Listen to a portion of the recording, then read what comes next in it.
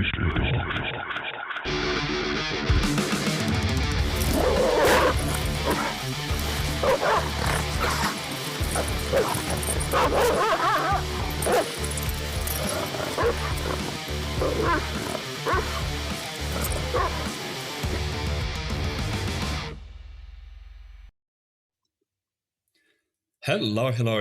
and welcome to another episode of Beastly Talks. I'm your host, as always, Stian Helling, and I'm incredibly excited about this chat today because I have a very special person joining me for this conversation. Probably one of the biggest names in Australian dog training, I would say. It is Mr. Ben Geurts from Kaizen K9. Hi, hello, how are you, my friend? G'day, mate. How are you? Thanks very much for having me.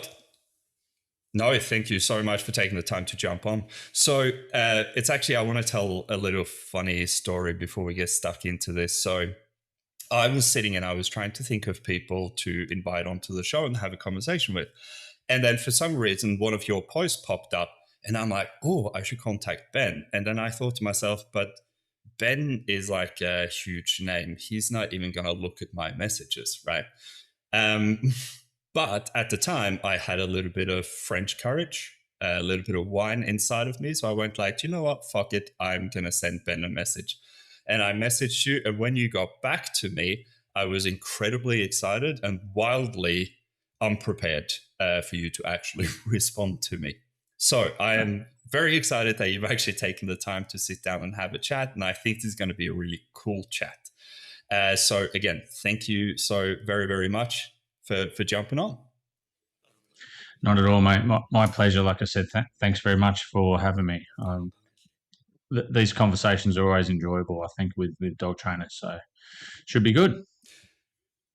Yeah, and not just enjoyable. I think they're incredibly important as well in the way that dog training is going at the moment. But we'll get stuck into that a little bit later. So let's just start with, give us your background story. Introduce yourself, how you got into dogs, how Kaizen came about, and more importantly, what does Kaizen mean?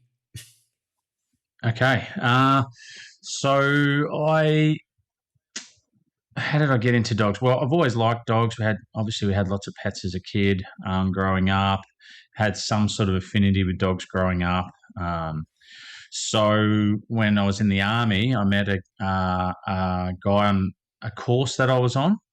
He was a dog handler in the military police. He told me about the job. I was in artillery at the time, and I thought, yeah, that's a way better job than this. Painting rocks and artillery is a fairly tough job, and the idea of being a dog handler was way more appealing. So I transferred across. That was in 1999, and I've been in dogs ever since. So I was in the Air Force after that. So Army originally, then Air Force. Done a couple of deployments overseas. Been all over Australia in different bases and managing sections, and been at the dog school as well. Did a little bit of time with this SAS as a dog trainer as well. And then worked with the WA Police for 5 years as their K9 capability advisor. Been doing the dog sport since about 2000 and maybe around 2004. IGP. It was called Schutzen back then it was called IPO, now it's called IGP. And here in Victoria, it's banned. Yeah, that's odd, isn't it? You can't even play tug of war in Victoria with your dog. Yeah. It is a little bit crazy, but I want to get into that later. Sorry for interrupting. No, that's okay. And then I've probably been training in dogs in the pet industry since about 2015. I started doing that. So what's that? This will be 12 years this year. 11 years this year. Yeah, so yes. Been doing pets for a while now. That's basically my story. I won't go into it too much because it's it's probably not that interesting, to be honest. But yeah, that's what I've been doing, and I've trained dogs to a lot of different things. I enjoy training dogs. I love the challenge of it. Probably in recent years, I've actually started to really enjoy training people more, and the challenge of training people. I used to just think I've got to train the dog and help them train the dog, and I didn't really focus on the people problem. But just recently, I've sort of gone, hey, maybe focus more on the people problem and helping them do what they need to do with their dogs and motivate them to do all those things. That's really reinvigorated my approach, and it's made things very enjoyable and very challenging again. So it's been good. And I think that actually brings up a quite a common problem that we tend to see in new dog trainers or dog training students is they go, hey, I want to work with dogs because I don't like people. And then you very quickly realize that being a dog trainer, you don't train dogs a whole lot. You train people a lot more. Yeah, yeah. Yeah, I train people to train their dogs. I train people way more than I train dogs. Yeah, and I think anyone planning on getting into the industry, I couldn't agree with you more. If you're getting into the industry because you don't want to, because you struggle with people, you're picking the wrong industry. That's like getting Yeah. into hospitality if you don't like people. That's not the right call for you. You should do something Exactly. else. Yeah, Yeah, absolutely. I couldn't agree more. Like, unless you work in a kennel, maybe that's probably the only time you're going to put hands on dogs without actually helping people with the dogs. But yeah, no, mm, it's having people skills is an incredibly important but kind of forgotten about art, I think, in dog training, because yeah, I I find a lot of dog trainers to be very kind of short and cross with people as if they're uh-huh, blaming them for having problems with their dog. And you're like, no, yeah, well, they're actually coming to us for help. So how about we be a yeah. little bit more empathetic, I guess? Yeah, yeah, yeah. And if I'm honest, sometimes I'm sure I come across a bit cross and a bit short with people and get a bit frustrated.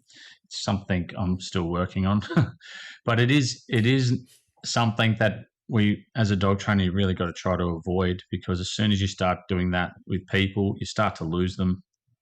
They start to get nervous, and I see it when I'm running a class. If I'm getting a bit frustrated because we're not getting the result we're after, the people get a bit nervous. They start making more mistakes, not less. They can't learn that well because now they're getting too nervous. So it's something I'm still battling with. I've got it's good. I've got my wife sitting on my shoulder sometimes, and she gives me the look, and then I know, oh, I ran it in. Yeah, yeah, yeah, But yeah. it is hard Excellent. because it's a very frustrating. I think training people to train dogs is the hardest thing I've ever done, because you've got to balance the human needs with the dog needs, and sometimes the dog needs X, Y, and Z, but they're not capable of doing that yet. Um, and then we miss a moment, and then we start going down the wrong path. And you've got to be super flexible to adjust with that. And everyone needs to hear information a different way. Everyone learns differently, so it's really really challenging. But for that reason, it's very enjoyable. But for that reason, also, I don't think many people are doing it that well. Yeah, and I feel like it is very natural to like a lot of dog trainers are usually very good with dogs, right? So they're very good at handling leashes, they're very good at Mm, timing, etc., etc. So it's very easy to want to pick up the leash and go like, hey, let me show you, but then kind of yeah, forgetting that the person doesn't actually learn anything in that process. And so just uh, stepping back and getting better at explaining things and showing things. And like you said, most people need something basic explained in a different way that is kind of just for them yeah, to actually understand. And that is definitely something I struggle with for a long time because I've always been pretty good with dogs. I've never been very good at explaining things to people, but that is something I have kind of learned over the years. So, yeah. all right. Hey, So, another thing on that point before yes, you move on is what go. I've seen a lot from trainers recently is this dog daddy approach of taking leads and showing someone um, how to handle their dog, and it goes a bit even, I think, past like they're not learning, and it goes to what is the dog learning right now, and and if I take someone's dog off them and I go, oh, you're not doing it right, let me show you, and I'll give him a correction and I'll pull him into line. And let's say that dog was nervous of me, and now he's like, I don't know, I don't trust people, people are dangerous. And then I put a leash on that dog and I take him away and I beat him up a bit. And they will tell you they're not beating him up, but they're giving him corrections, and essentially they're beating him up. They're not using their hands and literally beating him up, but they're giving him all these jerking and corrections and choking him for trying to bite them or whatever. Then you're confirming to the dog people are dangerous. The dog thinks, oh, I think you're dangerous, and then you go, you are absolutely correct. I'm very, very dangerous. And eventually in that moment, if you know how to handle a leash, you're going to win. The dog's going to lose. He can't win that battle. So you're going to win, but all you did was teach him that yes, people are dangerous. Some of them might take you away from your owner and beat you up. And your owner also, maybe you can't trust them because they just let that happen. And actually, you probably make this profound problem that may be really, really like a huge traumatic event, and now you've locked into the dog forever. People are very dangerous, can't be trusted. You're absolutely right. And your owner also can't be trusted. So next time you better bite harder, bite earlier, fight harder, fight earlier with less warning. So that's a big problem from taking the leash. So I will often demonstrate little tiny things with people's dogs, but only if the dog likes me and only if I'm using positive reinforcement stuff. But if the dog needs to be corrected for something, I'm loath to do that. I really don't want to do that. And I've had to save a couple of people from their dogs, like safety first type things. But other than safety first, I'd rather really not take a leash off someone's dog to correct it. You'd very, very, very rarely ever see me do that. And again, it'd probably only be safety first for all those reasons. So I think that's really important for people to think about before they start grabbing leads off people. Yeah, and I think unfortunately that is more a social media issue than I think a dog training issue, because it is very easy to string a dog up on a lead for a couple of minutes and just kind of be really harsh with them, and it looks like you're getting results because the dog just goes like, oh my god, I don't know what to do, this guy is insane, what if I just do nothing, maybe he'll stop hurting me, and then very quickly it looks like, hey, this super aggressive dog that likes to bite people now doesn't do anything, just walks next to me. But a week later, all of those problems are back again. Like, you haven't actually helped the dog in any way, shape, or form. You just made, 30 seconds of Facebook clout happen. Yeah, and that's the problem, isn't it, with this force-free community? Because it's hard to argue against that when they go, look at this guy's a balanced trainer, look what balanced trainers do. And then you see that stuff, you're like, oh my God, like you see the dog daddy just stringing dog up after dog after dog, and then people are copying that stuff and doing that stuff and think that's okay because I call myself a balanced trainer. That's not balanced, that's just bad dog training.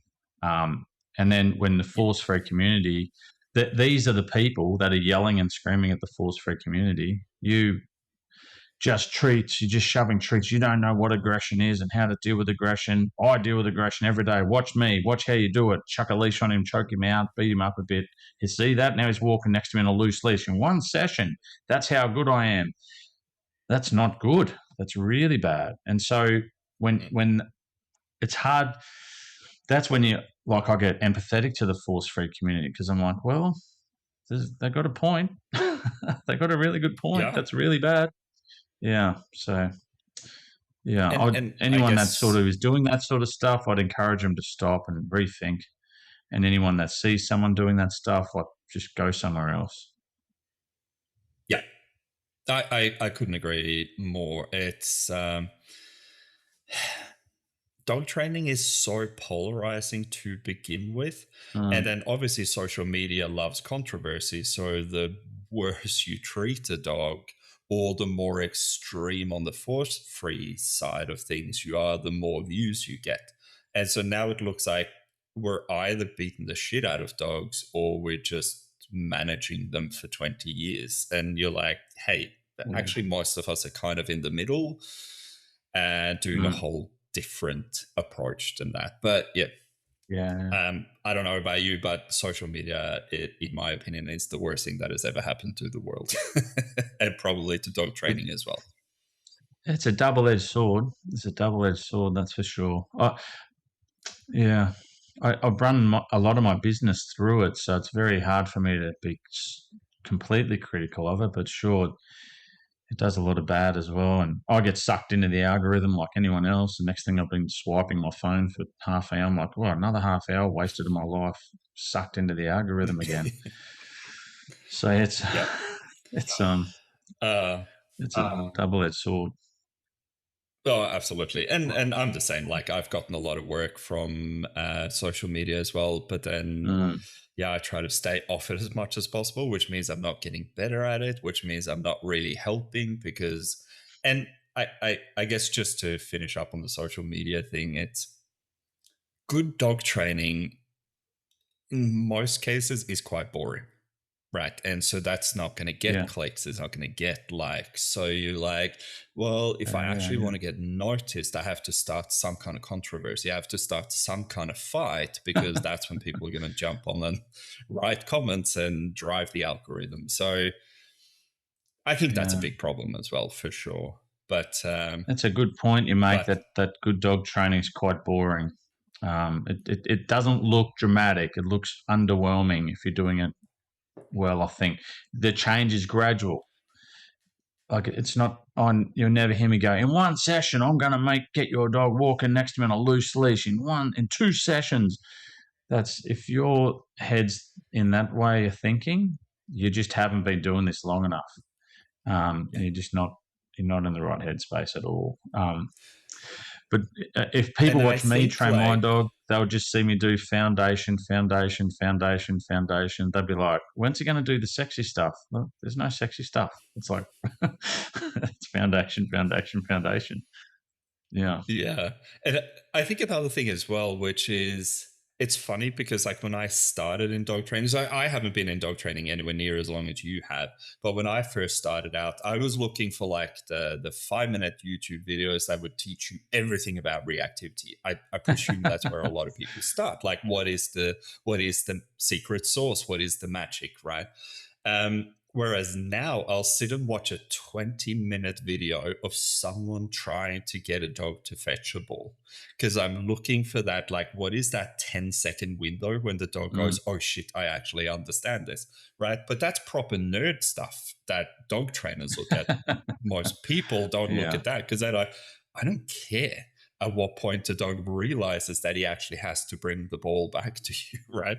That is really boring and tedious. And again, like dog training can be really frustrating because you sit there and you try the same thing over and over again, and you try to explain to the dog, hey, I need you to do this very simple thing, and the dog kind of comes back and kicks you in the ass, and you're like, oh damn it.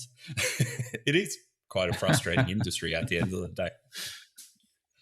All yeah. The right, so I want to get industry's into, well. We could talk about the industry till the cows come home. and I think we will at some point in this Yeah, chat as well. But for now, I want to yeah. get stuck a little bit deeper into you. So I know that you are a NePoPo certifier. Is that what they call it? Like a teacher? You They call teach it a NePoPo? gold multiplicator. Yeah. Okay. Yeah. Yeah, But you've also done TWC, which is training without conflict, which is I'm Alabama's training. Now, I that's right. want you to get I want you to talk a little bit about what the two things are, but I also want to talk about um, the difference between them, because it is quite a big difference, especially when it comes to the use of electric collars. So it's kind of interesting that you've done both, because to me, they're very head-butting kind of ideologies when it comes to training.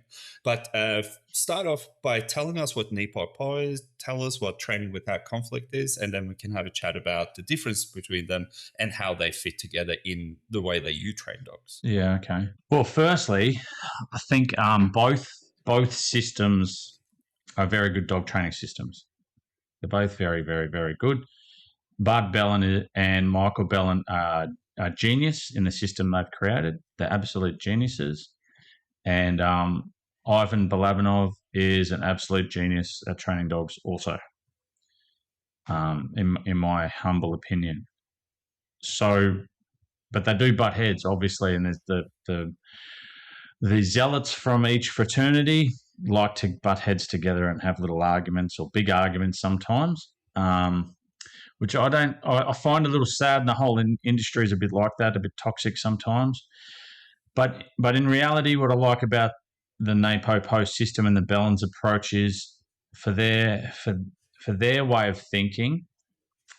The people are their own architect. So when you do NePoPo, you're taught the system, you learn the system, but then you are your own architect.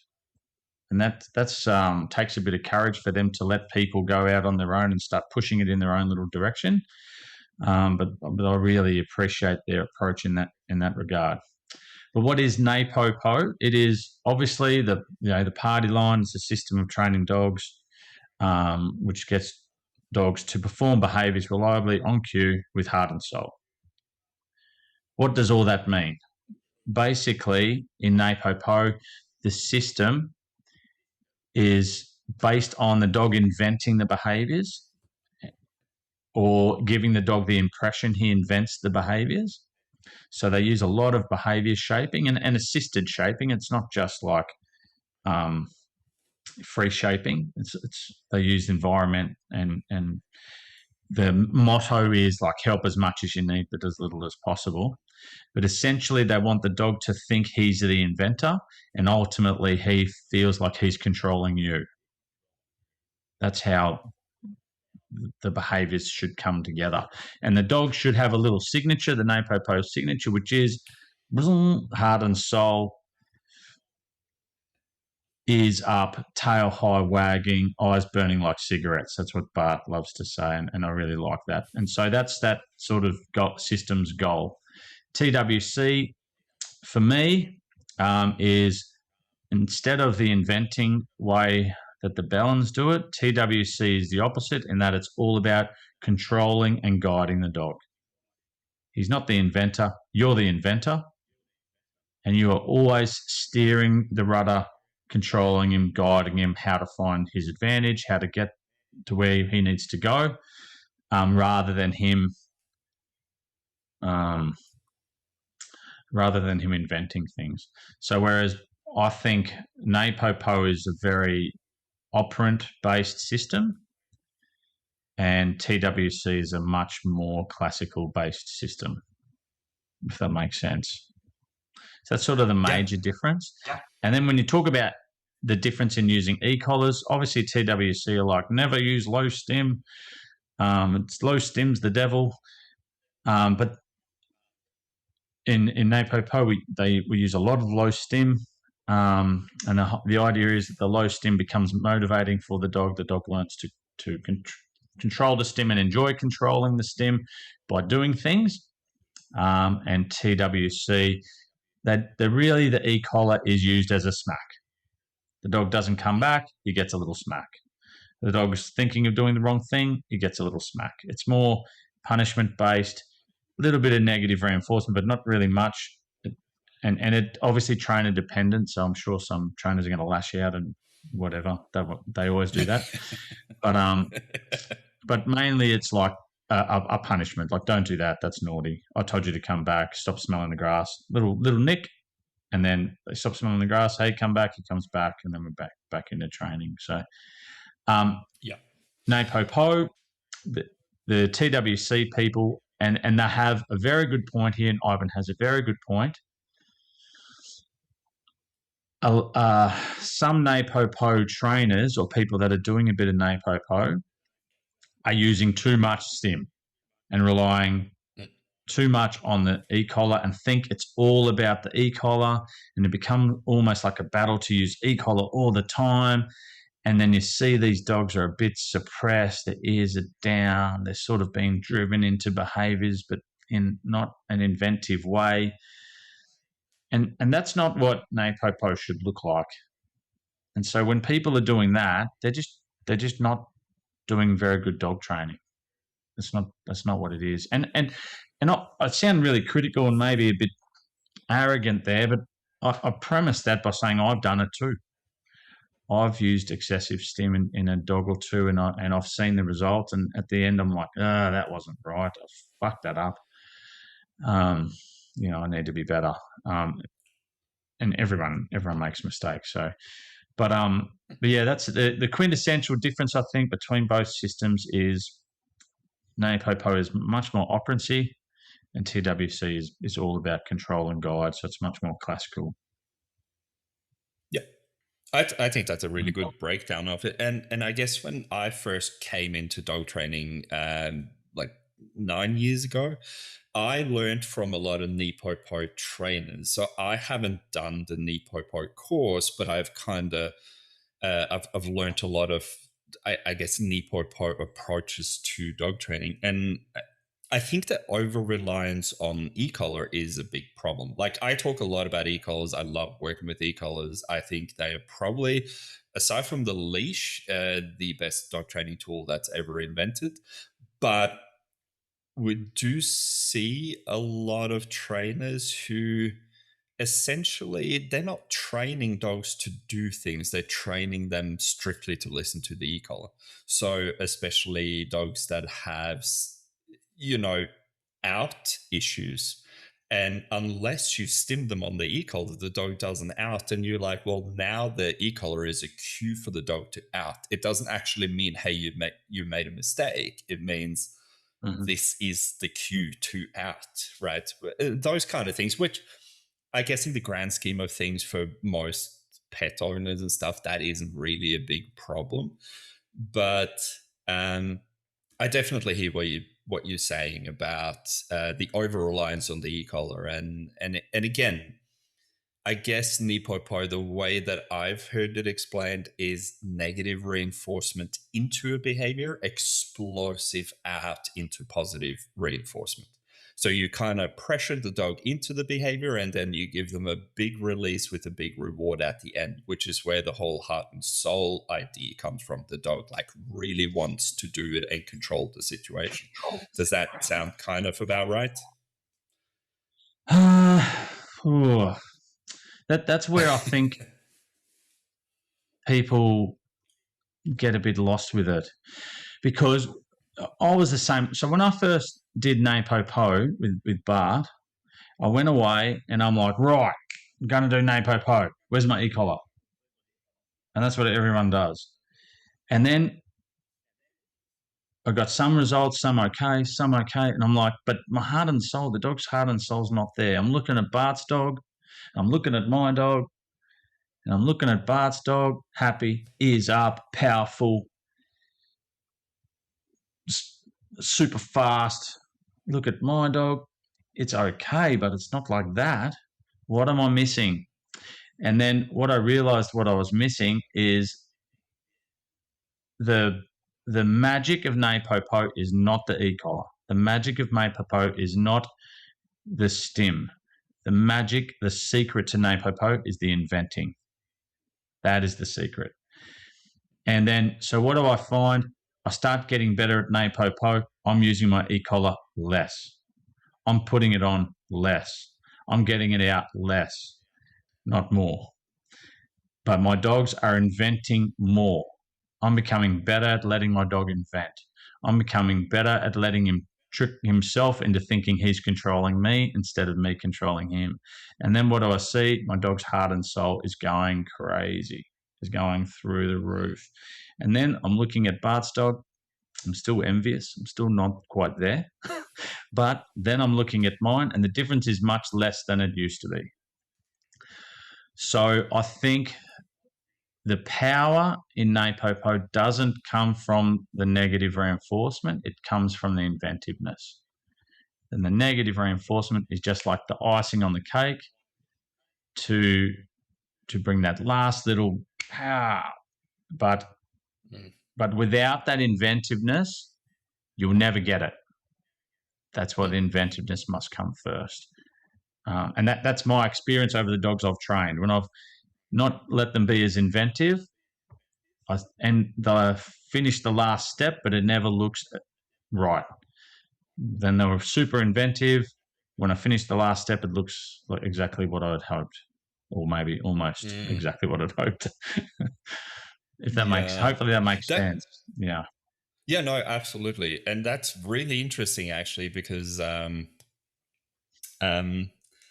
I guess I want to start by saying Bart Bellin and Ivan Balbano are probably the two best dog trainers in the world at the end of the day. So comparing yourself to them is setting a pretty high standard, which is good, right? But I feel like when you go like you're jealous of Bart Bellin's dogs, I'm like, yeah, well, that's a pretty fucking difficult standard to meet, right?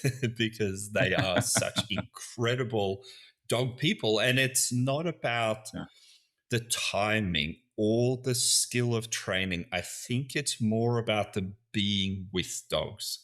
I think a lot of people get very focused on the technical side of things, like the way you hold the food, when you stim on the e-collar, how you hold the slip, whatever it is.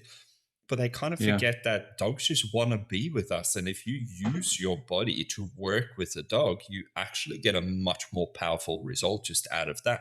And just to give a quick example on that, so I have a 5-year-old Malinois called Agnad, and I trained him very much with play and a slip lead. That's kind of how I did all of his training. And he does everything super reliably in any setting. Very happy with his training. But now I have a new Kelpie puppy. And with him, I've done things very differently. I've used very little pressure at all. Like, he is e-collar conditioned now, more for a safety thing because we're on a farm with farm fencing and he can disappear essentially. So it's more to give him some off-leash freedom. But everything I've done with him has been very, like you said, inventive. And so when I ask him to go to his placeboard, he hits the placeboard with such speed that it actually slides over and he freaks himself out. and again, like, my Malinois doesn't do that. Like, if I tell him to go to place, he goes to a place 100% of the time, whether he's wearing an e-collar or not. But he will stay there for as long as I tell him to. But he doesn't have that kind of like, I need to hit this platform at Mach 10 because I fucking love this. And I guess that's the kind of big difference that you're talking about there. Yeah, absolutely. Interesting. All right, cool. So let's go into, let's talk about transferring from military dogs to pet dogs. I imagine that's quite a big shift in mindset. And, military dogs tend to be incredibly powerful and resilient dogs that you can, even if you mess up with your use of pressure, you're not going to break the dogs. Now, that is very much not the case in pet dogs. And so how did you find that transition from military, Cerebra's murdering dogs into your average fluffy oodly doodly that has some reactivity issues at the door? Yeah. I didn't, to be honest, I didn't find the dog part that difficult. Probably because in the military, for the last sort of 10 years, maybe a bit longer of my career as a dog handler, probably about 10 years actually in my career in the military, the last 10 years of that, I was often raising puppies, and I spent a few years at our dog training school and often we had lots and lots and lots of dogs there. Well, we always had lots of dogs there. And some of them were quite sensitive. young puppies. And so I'd already had a fair bit of experience sort of dealing with sensitive dogs and dogs that had some of these issues. So, yeah, some of the dogs we had were big monsters and super robust and super strong, but we also had lots of sensitive dogs as well. So, transitioning with the dog wise wasn't that challenging, to be honest. And like, obviously, in the military, we're pressing the accelerator all the time. But when we moved to civilian dogs, we're probably pressing the brake a bit more than we are pressing the accelerator. But the people is probably what I found the hardest.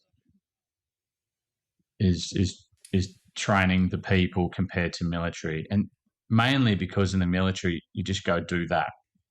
And I often refer to myself as a military moron because if I was learning a skill off you, and you told me put your left hand on top of your head, I would just go like that immediately.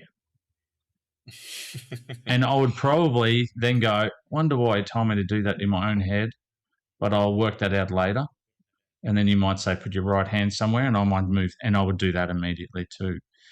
But what I've found is civilians don't do that. They need to know why a bit more. So you would go, put your left hand on your head, and they'd go, hey, what? Why are you telling me to do that? I don't understand. Like, we haven't got time for a chat. Put your hand on your head. Like, just do the thing. So the people has been the hardest challenge for me.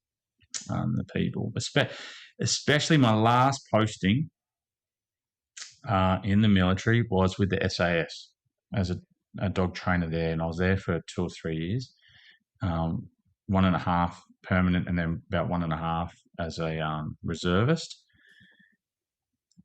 And training with those people is unbelievable. They're the fastest learners I've ever seen. They are unbelievable learners. They're just sponges for information. And you tell them something once, they not only can do that thing, then these other 3 things also make sense to them. And they now piece all those together and they can do those too. So then when you're training with them, you're really spoilt. And then you go and train with normal people and you're like, this is way harder to teach these people. It's way harder. You have to be way clearer, break things down further.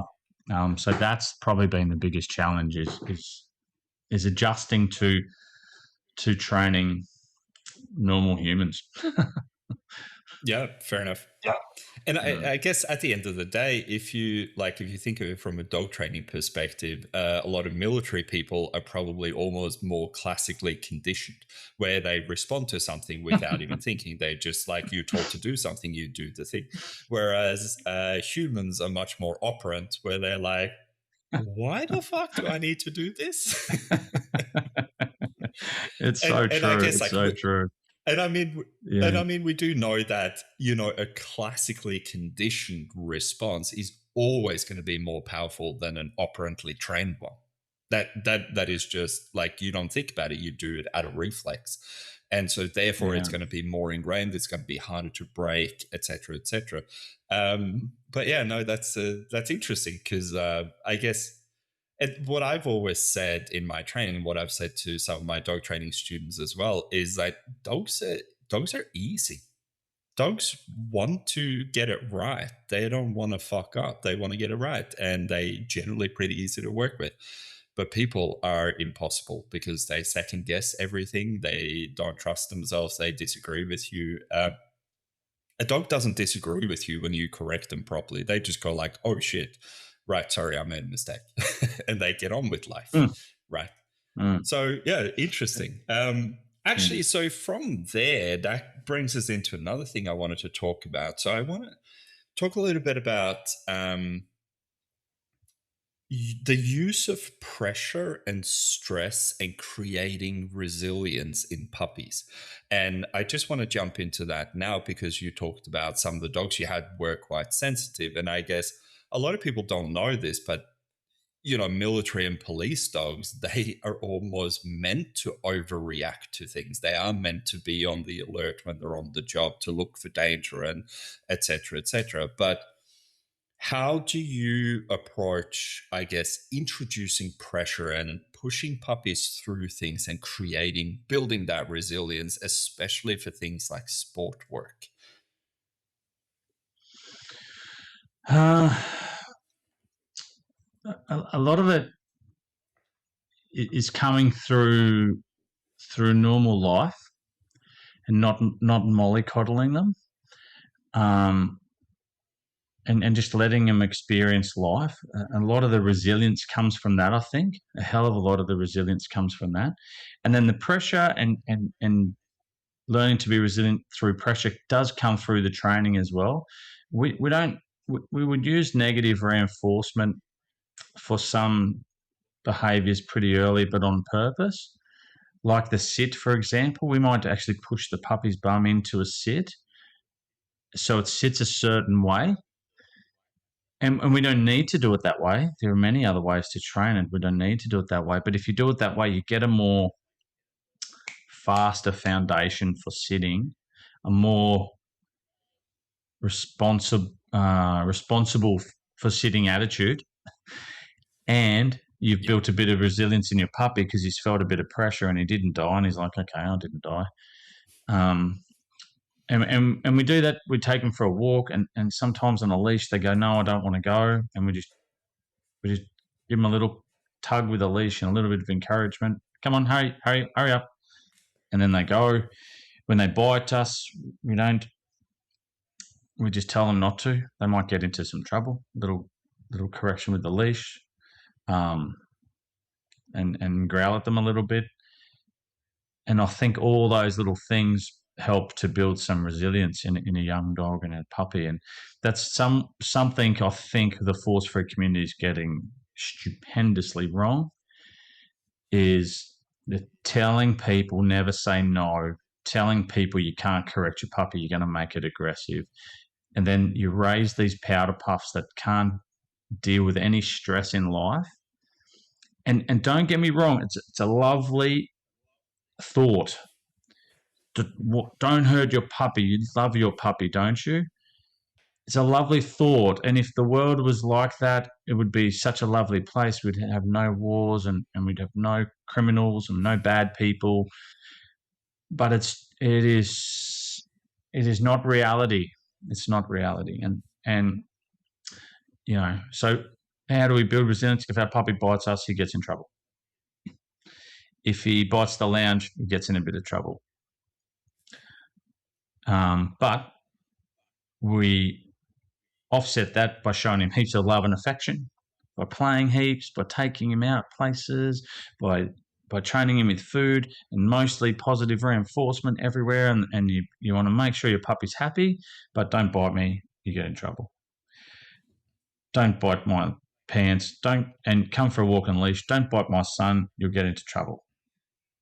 And then the pup goes, okay, there's rules, but life's good. That's sort of how we build resilience. Yeah, common sense. And well, common sense. Oh, just you talking about that whole never say no to your dog. My heart starts racing and I get really furious, but I try to hold myself back because I don't want to be that guy. But yeah, no, it's ridiculous. And I guess the one thing that I always explain to people is like, how many times have you cooked food in your life? Right? It is going to be tens of thousands of times, right? Because a positive reinforcement is an ongoing process that never really stops. But in that vein, how many times have you touched a hot stove? Right? Probably once or twice. And you go like, wow, that was a big fuck up and I need to make sure that never happens again. And the important part about that at the end of the day, are you scared of the stove? No, of course not, because it's contingent and you understand how things work and you go like, oh, I can produce my positive reinforcement. I just have to make sure I don't fuck up by actually touching the stove. Right. And so, it's... you don't get scared of cooking. Still go cooking. Yeah, exactly. Yeah. Exactly. Yeah. And I absolutely And think this you're is the right. thing. The Sorry. mollycoddling and the my little Yeah. baby and blah blah blah, that is probably destroying way more dogs than any form of overuse of aversives. I would say that is probably less of a problem than the underuse of aversives myself. So I don't know if you have any thoughts on that.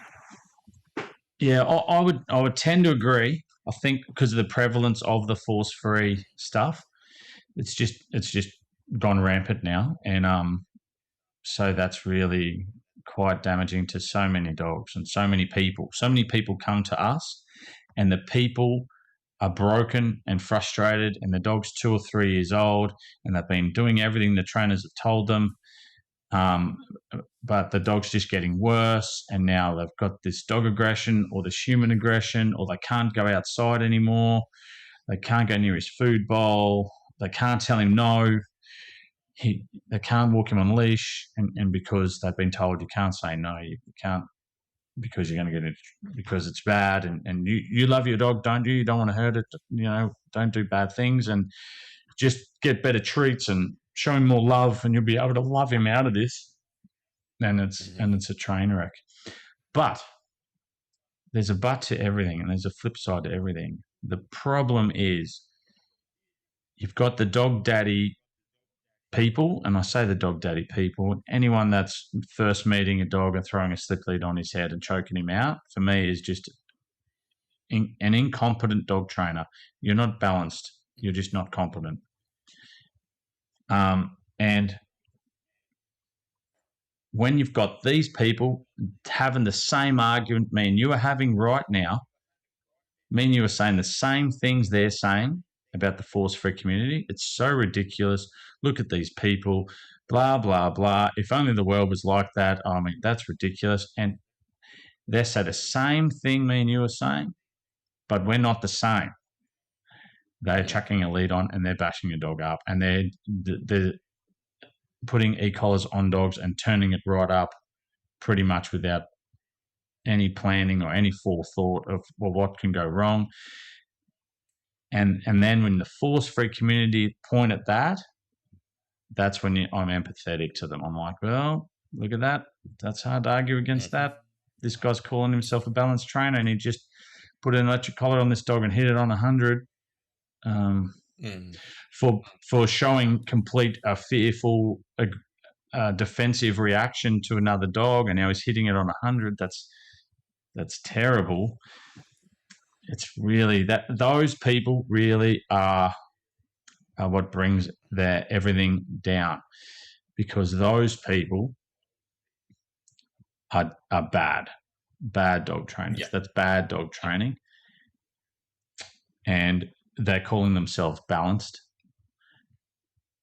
And when the force-free community hear balanced trainers, that's what they think. Yeah, there's no balance there. But that when the force-free community hear balanced trainers, that's what they're thinking about, and that's why that's what makes it very hard for people like us. And honestly, I think that's why the force-free people are winning. I think there's a couple of reasons for it. So first of all, the idea that, oh, you can do anything with love and pats and treats sounds like a really good idea, which is all well and good until you have a dog with prey drive who realizes it's a predator, and suddenly you go like, oh fuck, we can't actually work with this dog that way. Like, we can't just love them into not wanting to kill the cat kind of thing. But I think another big problem as well is, yes, so you got the polarizing, you got the dog daddies that are just doing heinous shit to dogs, and should be, not allowed to go anywhere near dogs. But then even within the balanced community that I would call balanced, there's infighting everywhere. Like, we can't even, like, when you have your Ivan Balabanos or your TWCs fighting the NePoPos on how to use an e-collar, like, that is such an incredibly nonsensical thing to fight over. But while we're fighting over all of that, the force-free people are saying to politicians like, hey, look at what dog daddies do to dogs. That's what balanced trainers do. And obviously legislation comes into play, and we lose our ability to train dogs with any form of common sense. So I personally think that's where a lot of the problems stem from. But yeah, I don't know if you want to say anything on that before we move on, but it is definitely a big problem. Yeah, no, I tend to agree. I don't know what the fix is, to be honest. And I tried minding my own business for a long time and never speaking out against force-free community. But the reality is, this is what I try to say now. If you choose a force-free approach, you're already wrong. You're just wrong straight away Mm. because you're using an incomplete, nonsensical approach that's not real. It's based on the land of make believe, where we can just love dogs and they're not predators. And all dogs are good. There's no such thing as a bad dog. And I'll tell you, if you think there's no such thing as a bad dog, you've not been doing this long enough because there are some asshole dogs. That's the reality. Yep.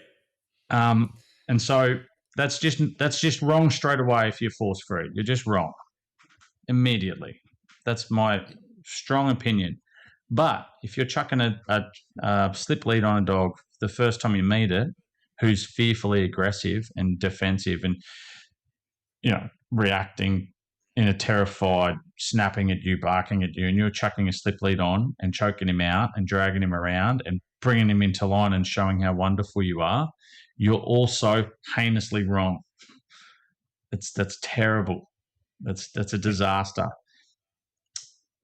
But if you have a measured approach, a pragmatic approach, and you go, look, at some stage we're going to need maybe to punish this dog for being bad when he chooses to be bad, but we've got to work on the underlying issues first and try and make him feel better about himself and try and really have a nuanced approach. And then you also, when you decide you're going to do a punishment, you really consider it first. What could be the result? What could go wrong? Is there a better way? What tool should I use? What's the best thing for this dog? What's the best thing for these people? If you're thinking like that and you accept that sometimes I have to use some sort of aversive, which is a fact of life, then your head's in the game. Then you need to ask yourself this question: is it too much? How much is too much? When should I use it? And if you're not asking yourself those questions, then you're not in the game either. You can't just go, force freeze wrong, I'll show you what to do. You just chuck an e-collar on and zap him.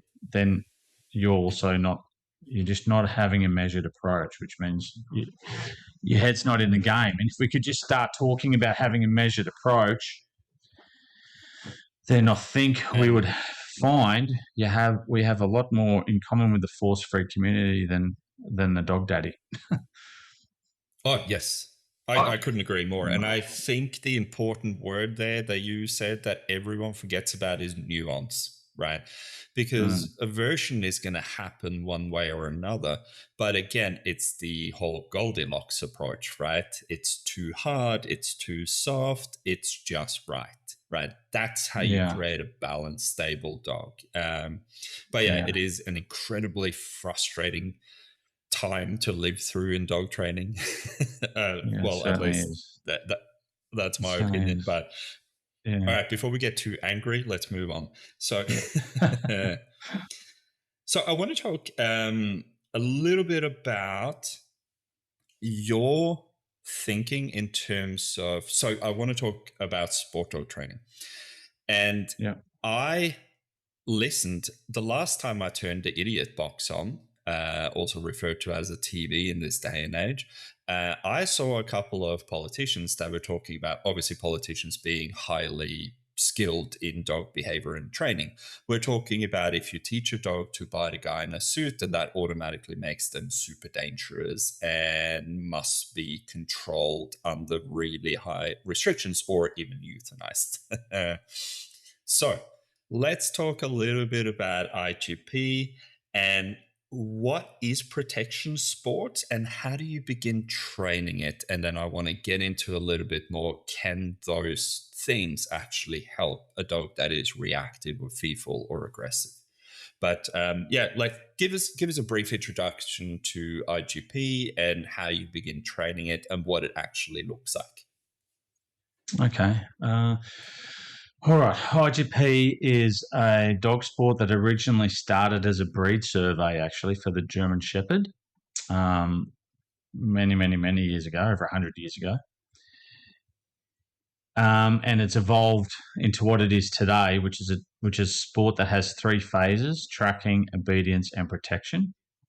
They don't even like to call it protection now, and it's again a bit of the woke world we're living in, where everything's got to be softly, softly. Don't dare say aggression, and don't dare say protection, and don't give people the wrong impression. They call it character work now, but essentially, tracking, obedience, and protection. It's a sport I really love, and I love it because it's so bloody hard. It's a very, very, very difficult sport because you need three separate dogs and three experts. You need a tracking expert, you need an obedience expert, and you need a protection expert. And that makes it extremely challenging sport to do. Training wise, where do you start? Well, the best place to start is to do tracking as young as you can with your puppy. And then start your obedience as well. As the puppy gets a bit older, we start doing a little bit of grip work, a little bit of protection, and then we're sort of growing all three phases at the same time. Common fault is people neglect the tracking because it's not so much fun for some people at first, and which I've done myself with my first dog. My tracking was woeful. But if you neglect your tracking, it'll bite you in the ass later, because I think tracking is actually the hardest phase of IGP. And the one that you should invest most of your time in, especially when you first get your puppy. The protection itself, IGP is unique in that your dog doesn't need to have aggression to do IGP character work at all. It doesn't need any aggression. A lot of IGP sport trainers now are sort of, they try to tap into the aggression for the barking, but the biting is not aggression. The biting is in the dog's prey drive or play drive, whichever he may lean towards more strongly. And essentially, in the IGP sport, you teach the dog to channel this energy into a sleeve, into a piece of equipment. And without that piece of equipment, and without that, all those antecedents, the dog would not be capable of doing any protection at all if you train it correctly. They're not like personal protection dogs. They're not military dogs. They're just sport dogs. And you can see that in nearly all of our videos. Well, before you slip the sleeve, you'll just see the dog run off carrying the sleeve back to the handler. Yay, look what I won. And if it was dangerous, he would let go and bite the decoy. Like, he's not dangerous at all. He's quite safe. And he knows, I'm doing this game. This is a rough game. And when I win my toy, I've won, but it's just a rough game. It's not real. They know very, very, very well it's not real. They know that. They know they're playing a game. Even if their barking is in an aggressive mood, they still know they're not allowed to bite anyone. They have to bite the sleeve, and they can only do it when the helper does something or they're told. And so it's very, very, very safe, and it actually makes dogs safer, I think. It doesn't really change your dog. It'll just make your dog safer. Yeah, so I guess, we talk a lot about what we call controlled aggression and especially biological fulfillment.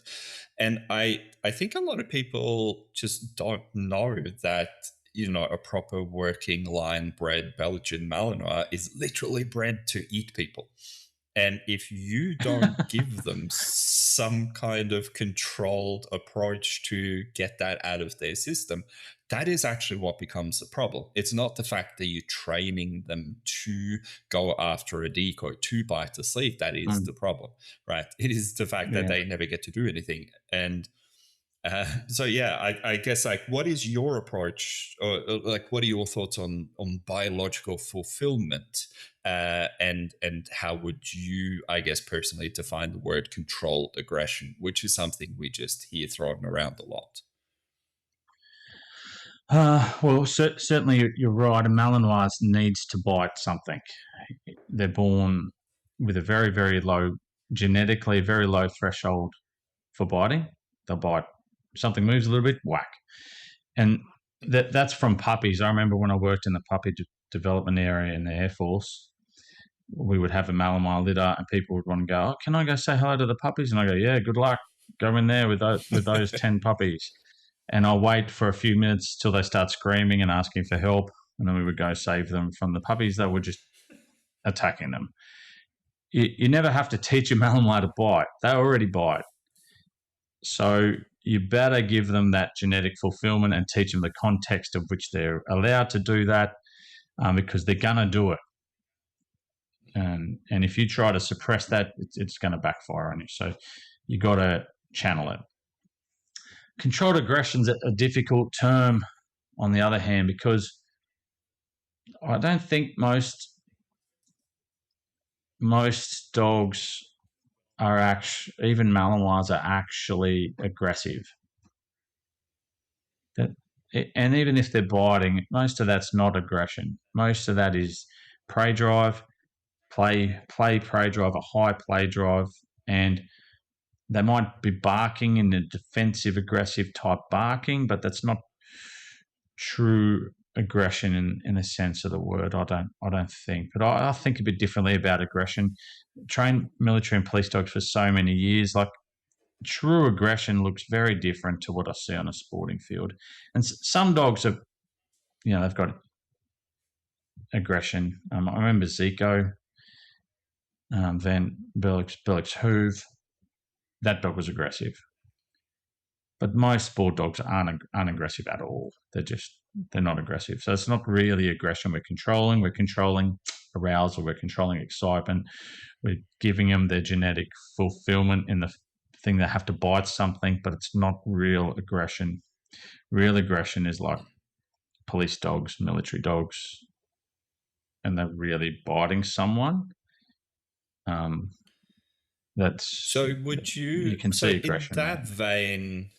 In that vein, if we're touching a little bit more on that, would you so I guess from what I've heard, and I've never trained police or military dogs, but how would you define true aggression versus prey? Because a lot of whether it is sports or a lot of the early kind of military training as well, and correct me if I'm wrong on this, but is very much prey driven. So the dogs are essentially trained to see humans as prey that they can take down, that they can defeat.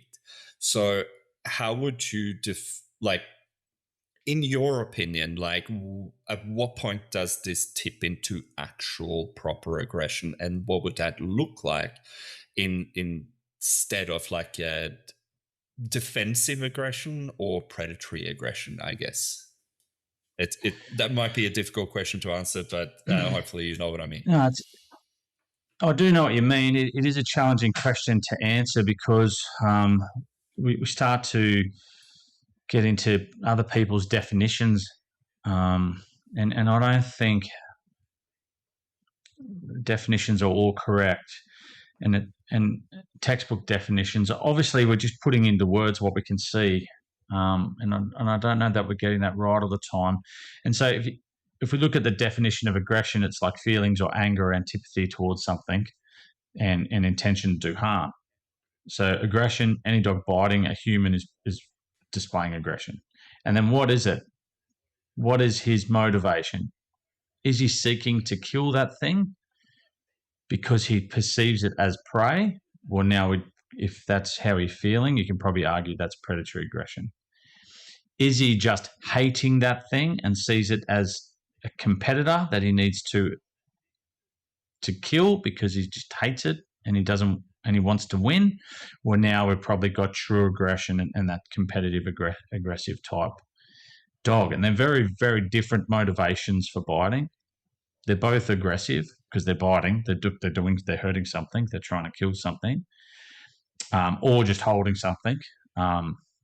In their head, they may well be, trying to kill. But obviously the police dog trainers go to great lengths to teach the dogs to bite a certain way, so there's no chance of that. It's just they're teaching them to grab a hold of the bad guy and not let him go.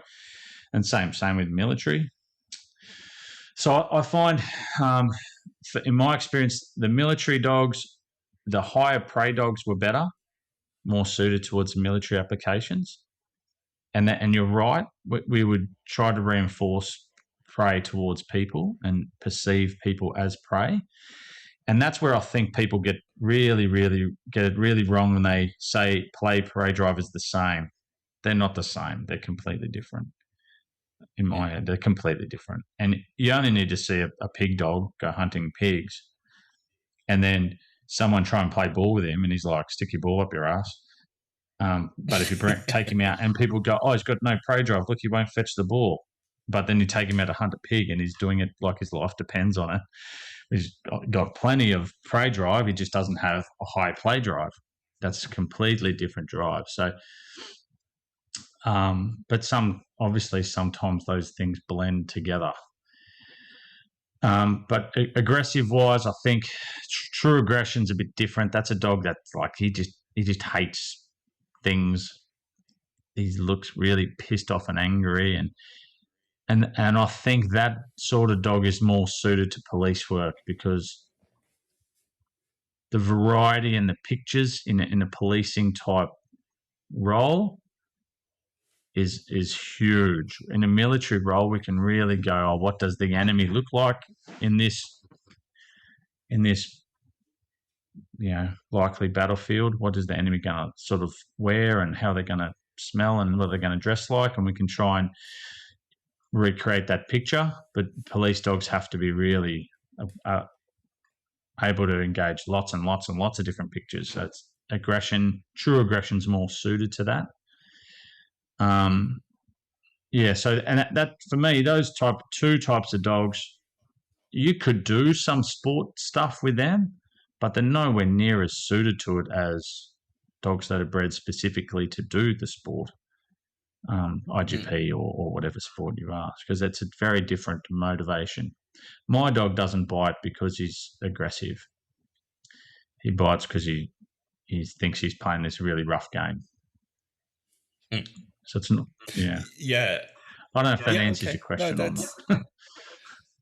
No, I think that's a good answer. Actually, it is really interesting because so many people, I guess most people can't wrap their heads around, hey, you're teaching a dog to run up to bark aggressively at this person, and then when they raise a stick to fight them, you bite them and you bring them to the ground. I guess a lot of people can't wrap their heads around that is actually good training and not making a dog dangerous. Right. So it's kind of just elaborating a little bit on that. And I guess when I think of controlled aggression, I think a little bit more about drive channeling.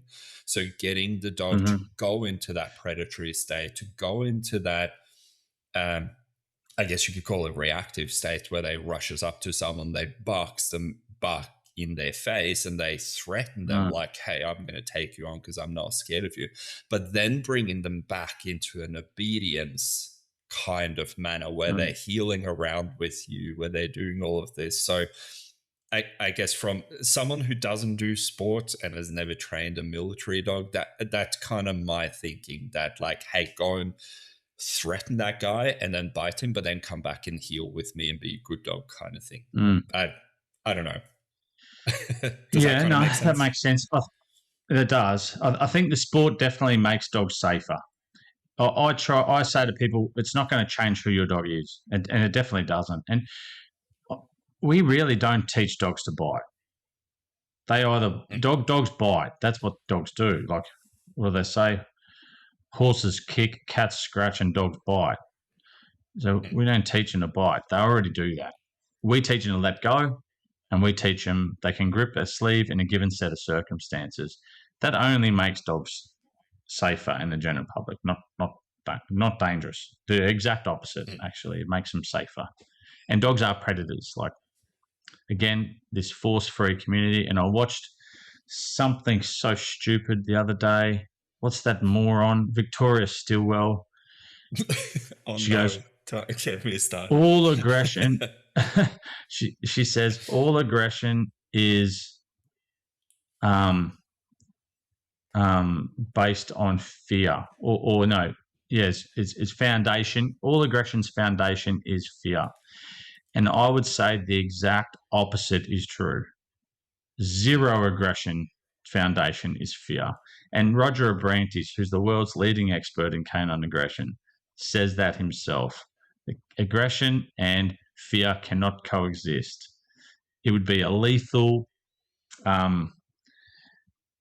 deformity in evolution, and whatever went towards something it was scared of with aggression would not have survived evolution. That species would not exist.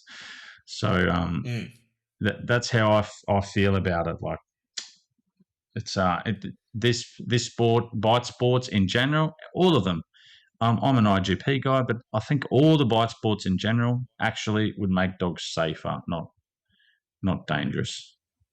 And that is a super interesting one, because even if you like, if we talk about Yuck Punksep and his blue ribbon emotions, right? Two of those emotions, one is fear and another one is anger, and like he says, they cannot coexist at the same time. But so whenever I explain kind of the correlation between fear and reactivity or aggression to people, I always use the term fear-born reactivity. So the fear can lead to a point where the dog goes like, well, I'm backed into a corner. I can't get away from this. I have to just try something else to try and get rid of you, kind of thing. So I never say fear aggression. I say fear-born aggression, which I know is a technicality, but I think it actually makes a big difference. And I got Victoria Stilwell, dog trainer and TV personality, who absolutely knows nothing about dogs, should not be talking to people about aggression specifically. But all right.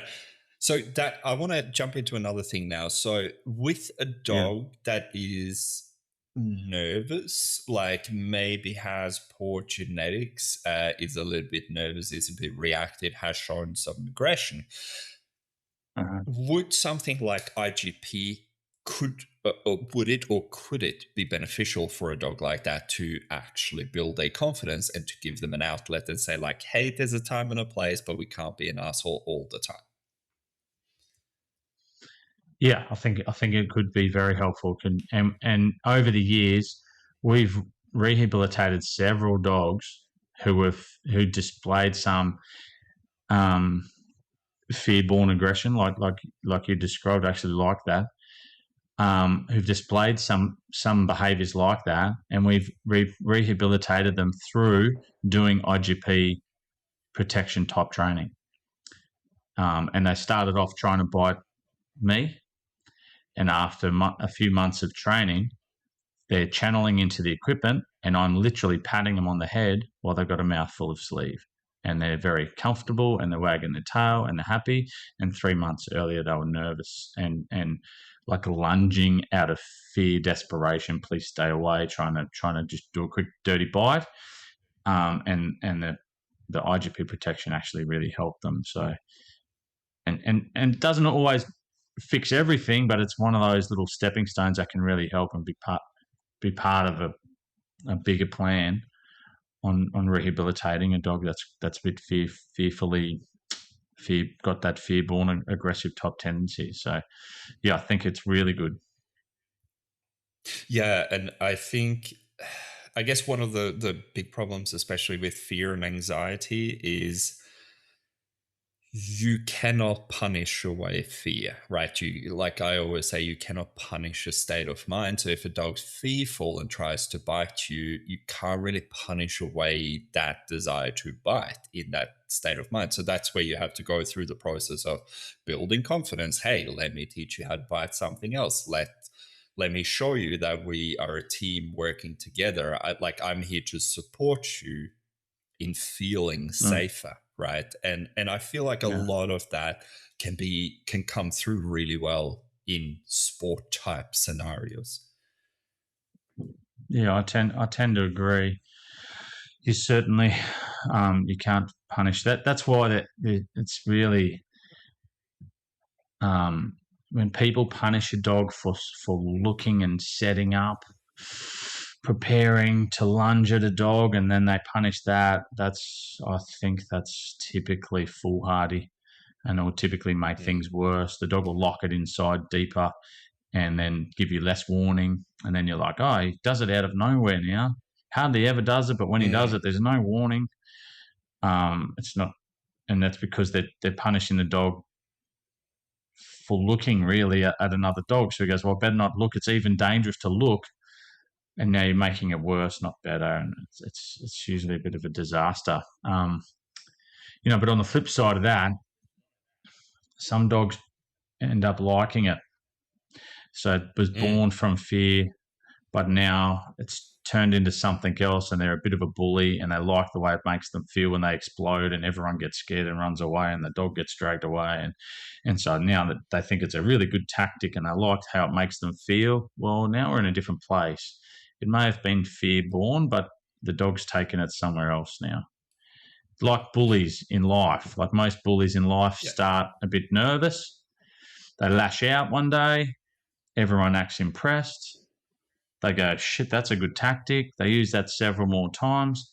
Then they start to really like that feeling. It felt great Mm. to scare the shit out of everyone. Now they are looking for people to bully.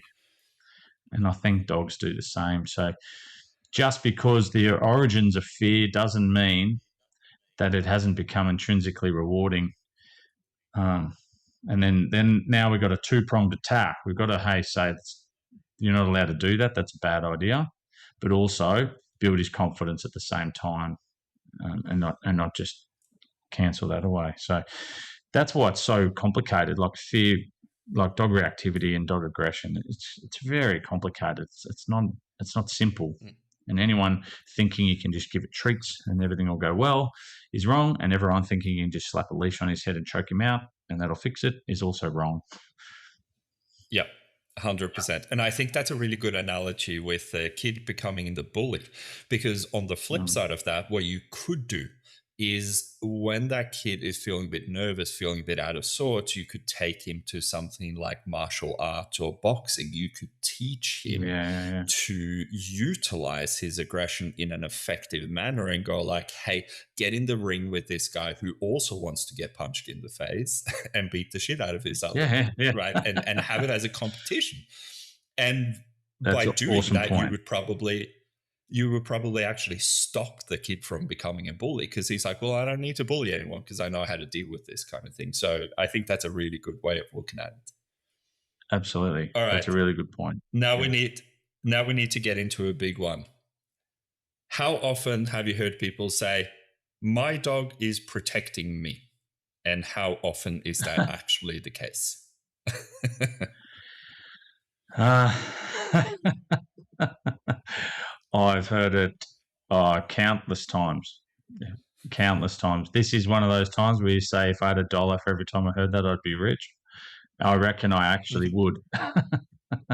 Yeah, And me I too. think it's basically never been the case. Um, So the where does dog's that protecting misconception itself. come from? And what do you think is actually going on in the dog's head? Sorry, I interrupted you there, but yeah. No, that's okay. Where did it come from? I don't know. People's romantic notion about dogs. Probably too much movies and writing and stuff like that. Um, and what's the dog really thinking? Well, typically we notice a classic example. When my husband walks him, he doesn't do it. He doesn't try Mm. to bite anyone. He doesn't lunge at anyone. But when I walk him, he's very protective of me. Mm. That's a very typical case. And Nelly and my my thoughts on that are typically that dog is just more nervous with that other person. And because they're more nervous with that other person, they feel like they're not safe and they're lunging to protect themselves. No, they're not protective at all of the person. They're just scared. They're more nervous with you. They're insecure with you because you're insecure, because you're not Yeah. confident, because you're not showing good leadership. Um, so that's sort of typically what I've seen. I couldn't really say a single time where I'm like, no, the dog's definitely like rushing to your aid. Mm. I don't think that's. I don't think I've ever seen that. That's not. Maybe it doesn't happen. I'm sure sometimes it does, but I think often there's a resource guarding element, Yeah. and then mostly it's like I'm just a bit nervous and insecure around you, and so I better take matters into my own hands. I'd rather not. I'm Yeah. scared shitless, but I better do something because you're not going to be able to do anything. I think that's Yeah. And more than commonly the case. yeah, I 100%. I couldn't agree more. It's probably, I would say, from what I've seen, roughly a 50-50. It is, hey, you're not in control of the situation. You have no authority over me. We don't have a good working relationship. I'm a bit nervous. I'm just going to blow up at anything that moves.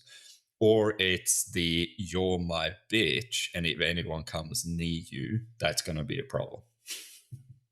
Yeah, Um, yeah. all right. So changing gears a little bit. Sorry, I know I've taken up a lot of your time, and we are nearing the end, and I do very much appreciate you jumping on to having a chat with me. But I want to start talking a little bit about your thoughts and ideas on regulation in the dog training industry. So, obviously, here in Victoria, where I am. So Ben is in Western Australia and Perth, for those who don't know. But here in Victoria, if you do something like IGP or any form of protection sport with a dog, then that dog automatically has to be declared as a dangerous dog. Obviously, we are not allowed to use prong collars, but we are allowed to use e-collars. And then we've recently had the ban of prong collars in Queensland, and now they're trying to ban prong collars in New South Wales. And from memory, I think you guys are allowed to use everything. You don't have any restrictions on tools or training methodologies, No, do we you? can use anything here. It's the Wild West, mate. Yeah, good, good. So, what are your thoughts? And I like asking other dog trainers this because I'm very conflicted on it, but the idea of regulating this industry. So instead of just going down the route of banning everything, putting some legislation on how and when you can use it, like you can only buy electric collars from a certified trainer, etc., etc. Like, do you think, I guess what I'm trying to say is, what are your thoughts on regulation? Do you think it's a good thing? Do you think it's a bad thing? Is it going to lead to better trained dogs or worse trained dogs? I don't know. Love to hear your thoughts on that. Yeah, look, that's a really tough question, and I may not be qualified to be honest. But I'm not a big fan of regulation in general. I think we're just in today's society we're just over regulating everything. I think it's a shame that we can't even go fishing without a license anymore. Um, so I'm not a huge fan of over government regulation. Period. And maybe I'm a bit old fashioned that way. And I think I look at the dog training industry, and I'm like, shit, we need regulation quick because this is a disaster. But then, if you think about it, how is that more than likely going to pan out? Probably not for the better, because who's going to do the regulating? Well, it's not going to be practical trainers who've been training dogs for many years. It's going to be some veterinary behaviourist who couldn't teach a dog to walk out of sight in a dark night, and they've got no skills at all and know less than nothing about dog behaviour. And I'm quite critical of that stupid freaking whatever the hell that is. But that they're the people that are probably going to create the regulations. It won't be actual dog trainers, because we're not doctors. We haven't done 6 years at university. Like, I didn't go to university. I'm a dumbass. I just become a dog trainer. And so they're not going to get me to do any regulating or writing regulations. It'll be these veterinary behaviourists, which in the past, few months, 3 months, I've had about 4 or 5, I'm not exactly sure of the number, puppies that are on like 3 different types of medications from veterinary behaviourists. And now you're talking about these tools being banned. I think banning things is never the way to go, because that just drives things underground, makes people learn less about them. And I don't think it's for the better. It's definitely not for the better. And I've seen that in some military dog training applications. Great example of regulation making animal welfare worse is years ago in certain military, and I've got to be a little bit careful how I talk about this because I don't want to upset anyone, but we used to use the Keeler method of guard dog training. Have you ever heard of the Keeler method? Yes. Yeah, it's a So brutal for old anyone school system. listening, I guess for anyone Sorry, listening go who on. doesn't know, it's a very heavily compulsion-based training method that was used primarily for really strong and resilient dogs that wouldn't easily be crushed. Yeah. Yeah, so our system was based on that in the Air Force. Choke chains and just basically ripping dogs' heads off. And we used to get that screamed at us: rip his head off, put your back into it, hit him harder. That was all we knew.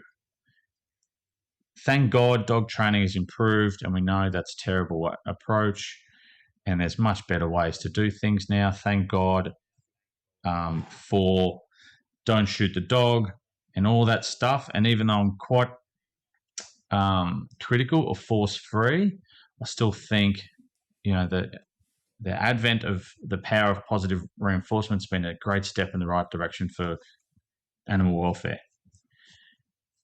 However, dog training's evolved since the 80s, and we realised, we went too far with that. We went crazy with the force-free stuff, and now we've gone to a more balanced approach, and that's the way it should be. But now we're starting to ban tools because of all the propaganda against tools. Think about this. Because they've banned the pinch collar in some states in Australia, the Defence Force will probably have no alternative but to get rid of the pinch collar as part of their tools. Now they've got dogs with more drive than ever. So we were getting dogs from the backyard back in those days, just recruiting them from people's backyards. But now they're breeding dogs specifically bred to do the job, which is a way better idea. They've got way better dogs, way stronger dogs. Then their handlers are way safer, their assets are way safer. It makes very good sense. It's a really good idea. But now they're probably going to have to go back to using a choke chain or a slip lead instead of e-collars. They probably can't use e-collars now because they're banned in some states too. So now the Defence Force, their hands are tied. They have to stop using e-collars because they have to travel around Australia. They can't use them in some states, so they better work out a way of training dogs without them, period. You think the dogs are better off or worse off now because they're not using e-collars? Way worse. We're back to the Keeler method. And I can tell you, we could teach a dog to recall off leash from anything back in the late 90s, early 2000s. No problem. And all we used was a leash and a choke chain. But the system of training we used was brutal. Involved heaps and heaps and heaps of proofing, using heavy corrections with choke chains. Heavy corrections with choke chains. And for sure, we were injuring dogs all the time. with the advent of e-collars and bringing e-collars into the mix, we could achieve the same results with a fraction of the stress. A fraction of the stress. So now we're going to regulate e-collars away, and we're going to go back to choke chains, back to heavy compulsion, and it's a absolute train wreck. And this is because these zealots think, banning tools is a good idea. Now think about that. The average pet owner, I want to have my dog off leash and take him for a big walk in the bush and let him off leash and go nuts. Why wouldn't you? What a great life for a dog to have. But there might be kangaroos. I want to teach him to come back and not go and chase kangaroos. We already know the force-free approach won't work with that. Forget it. You'll be managing him forever. And I don't even care if some force-free guy goes, look at my dog recalling from a rabbit. That's great. You have one dog that you trained 5 million times to take a treat and suppressed him so much that he actually didn't want to chase the rabbit and came back. And that's wonderful, but that's not a real thing for dogs with high prey drive and for many dogs and for many people.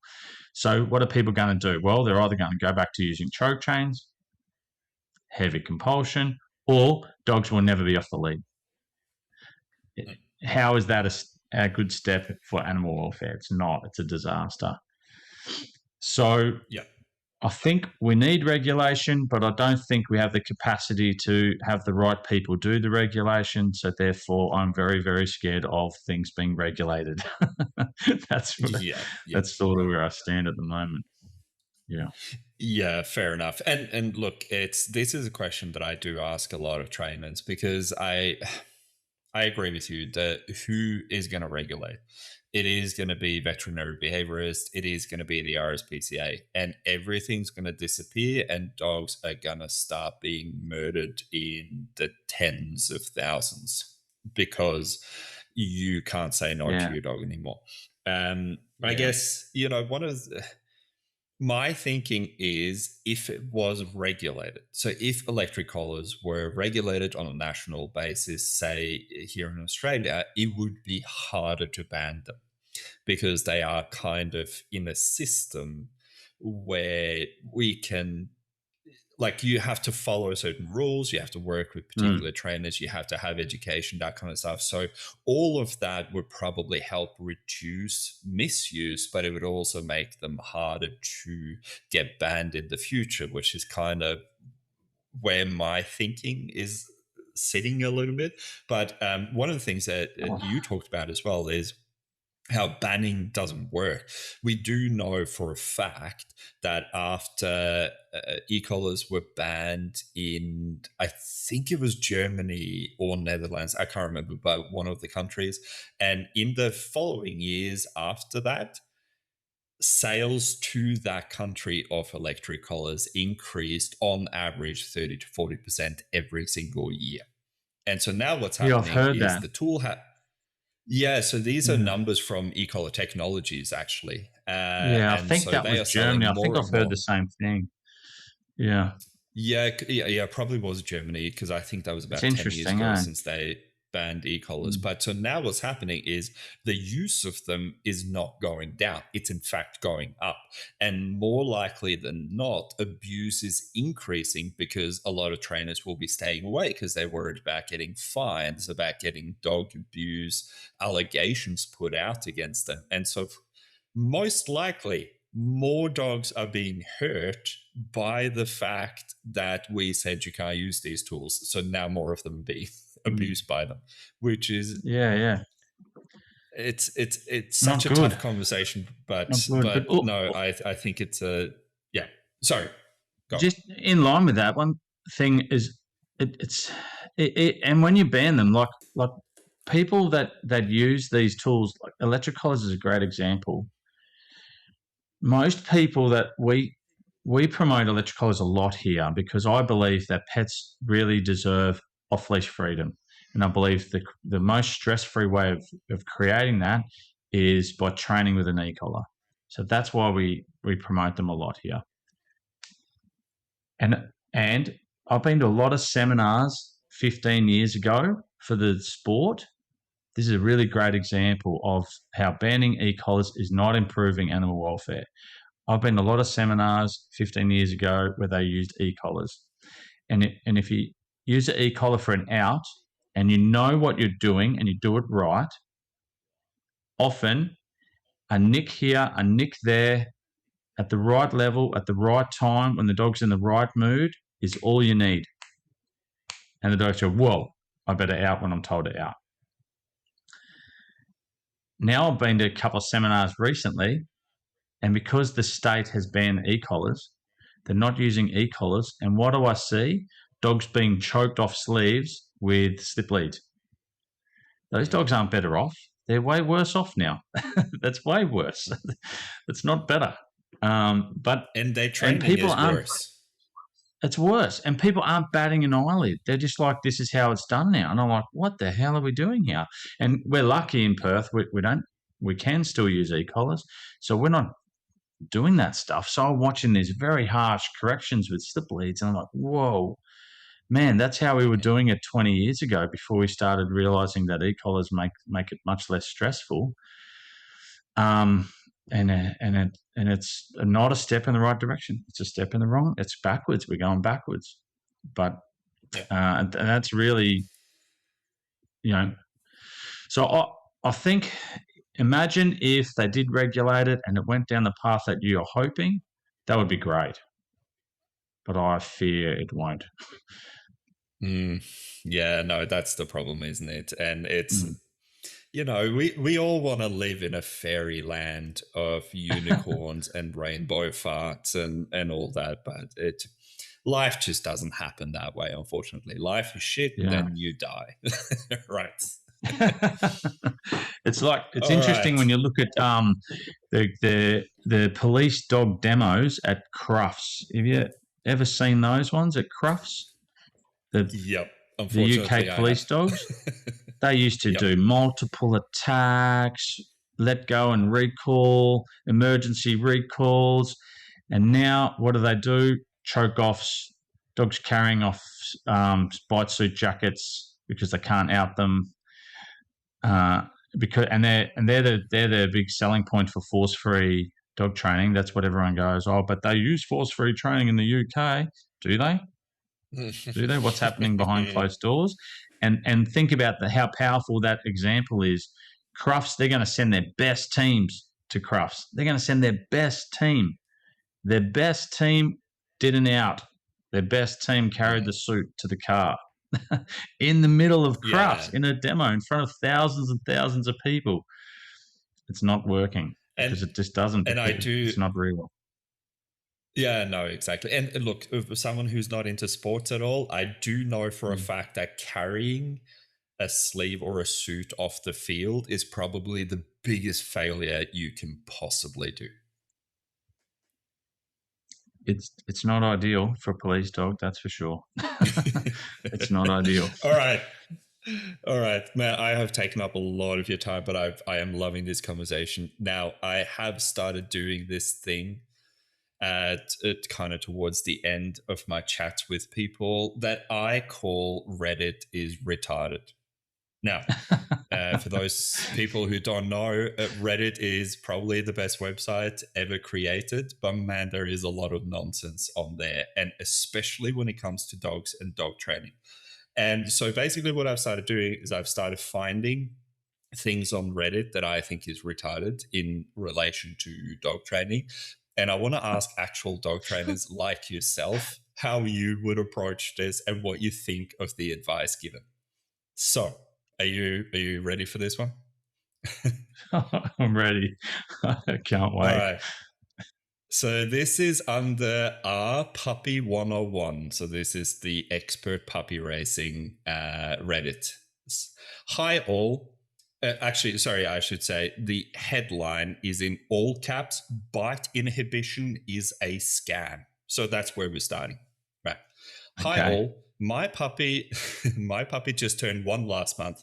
We got her in May of last year, and we know she was going to be a tough puppy. Like our pup is a blue heeler mutt, and we knew we would struggle with some biting. We have tried almost all methods of bite inhibition, and nothing has worked. We have tried yelping, crying, saying ouch when she bites, use a no bark beeper, no shock, just the noise, putting her in timeout, putting ourselves in timeout, using treats to distract her, tapping her nose, it makes her bite more. We will not try abuse or shock methods. I was wondering if maybe she kept biting because she was bored. However, she does this when she has been thoroughly taken care of, played with, etc. She mostly directs her biting to me, her owner, and my mum. I'm at a complete loss at what to do. Okay. Top question or top reply to this is she getting enough sleep? Biting can be a side effect of tiredness. We've got another one. This is my favorite. The other advice for stopping this is socialization with other bitey pups. So, Mr. Ben Geurts, what are your thoughts on Reddit being retarded? Oh, man. That's a bad one. But that's one that I actually have people daily that have got a 12, 18-month-old dog that has gone down this path almost to the T. I see it almost daily. So it's really, really, really bad. Really bad. Yeah. But that's what they're doing. Okay, what does Google tell me? Say ow and turn my back. Redirect to a toy. Say scatter and throw food on the ground. And it's just nonsensical. And my dad's not a dog trainer. And he never should be. But he's in his 60s now, or I think he might even be in his early 70s. And 50 years ago, if the dog bit him, he gave it a correction. The dog got in trouble. The dog knew I better not bite him, and that was it. Mm.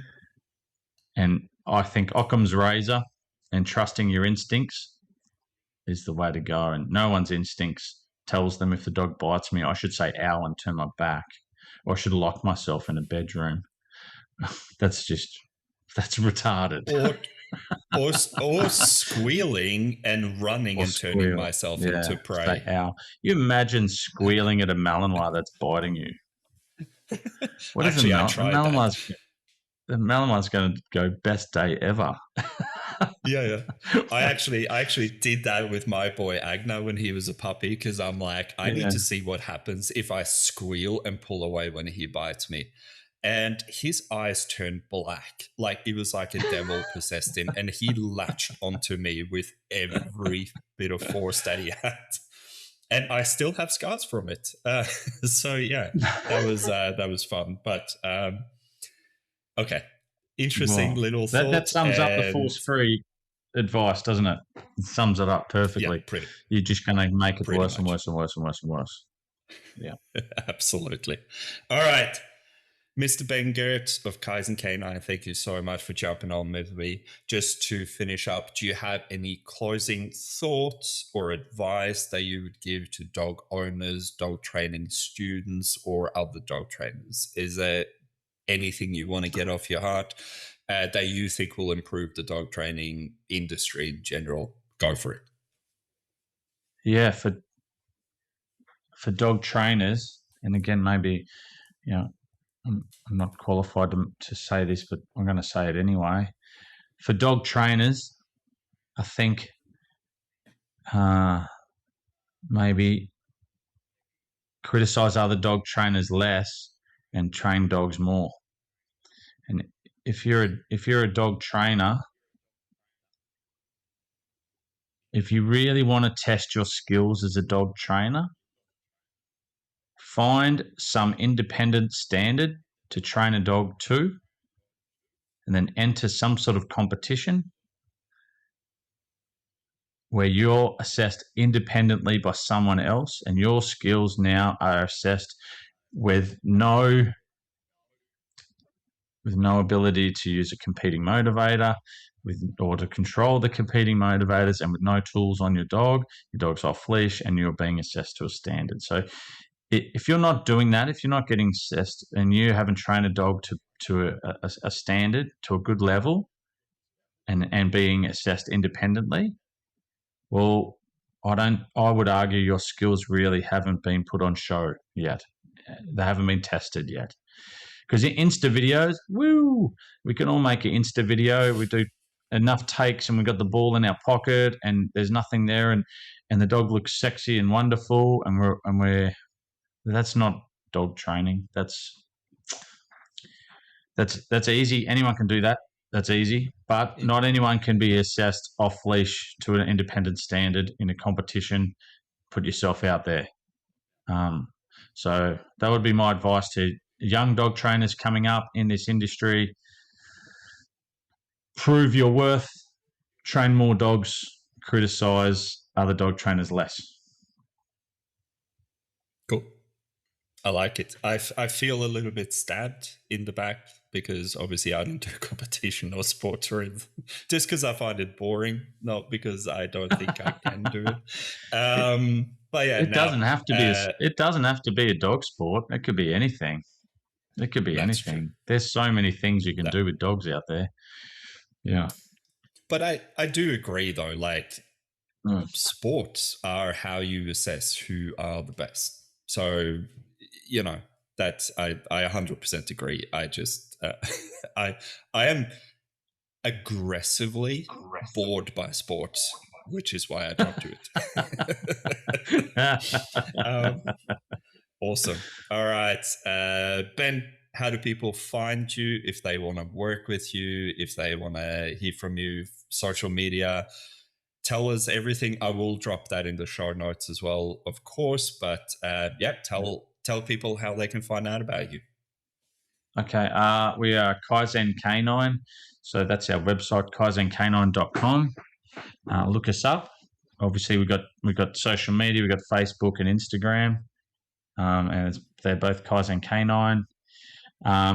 And we are about to do a go around Australia delivering our dog reactivity seminar. So that's in the pipeline. So if anyone wants to get on board with that and host us for a seminar, get in contact with us, because we're about to do our new dog reactivity seminar, take it around Australia.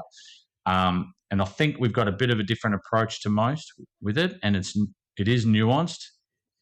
We're not just throwing leads on dogs' heads and beating them up, but we're also not just throwing treats at them and hoping one day in 20 years' time the dog's like so old and fat he doesn't want to do it.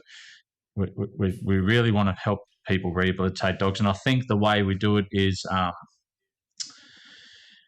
could help lots and lots and lots of people with their dog. So if you're a dog trainer, I think you'd really want to learn this style and this system, and I think it can really be hugely beneficial. So I really believe in it. So there's that. So jump on our website, get in contact with us, and we can come out to you. Well, that is something I might be interested in maybe learning more about, or even hosting. So I might get back in touch with you on that. But again, Mr. Ben, Geurts of Kaizen K9, I know you're a very busy guy, and thank you so much for taking nearly 2 hours to talk to me about all this kind of stuff. I think it's super important, and especially hearing from people like yourself who have such a big presence in the dog training industry and so much experience. So I really do appreciate all your time. My pleasure, mate. Thanks very much for having me again, and it was good chatting to you. So I enjoyed it. Awesome. Thanks. Exactly the same from me. So now, to anyone listening, as you all know, the last thing I tell you at every podcast is go fucking train your dog. Goodbye.